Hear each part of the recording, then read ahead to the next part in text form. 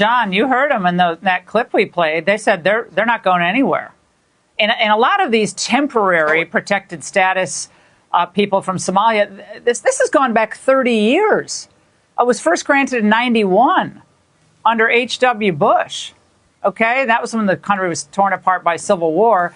But it just reminds us that if we import people from countries with very, very different value systems than ours, it's fraught with problems. And now, all these years later, we see what's happened to the Minneapolis, which is one of my favorite places in the United States. Mm-hmm.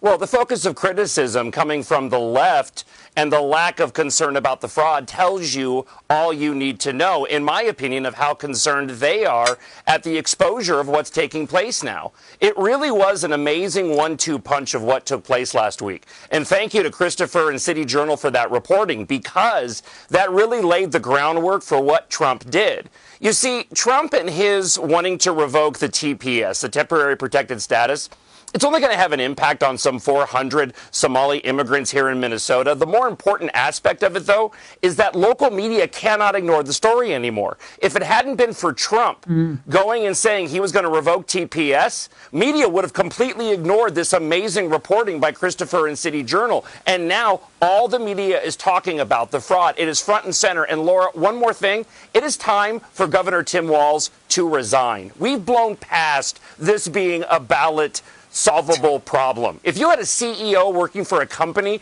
with the amount of baggage and fraud, just a fraction of what Governor TimWalzo has occurred under his watch, they would have been gone a long time ago. It's time for Walz to resign.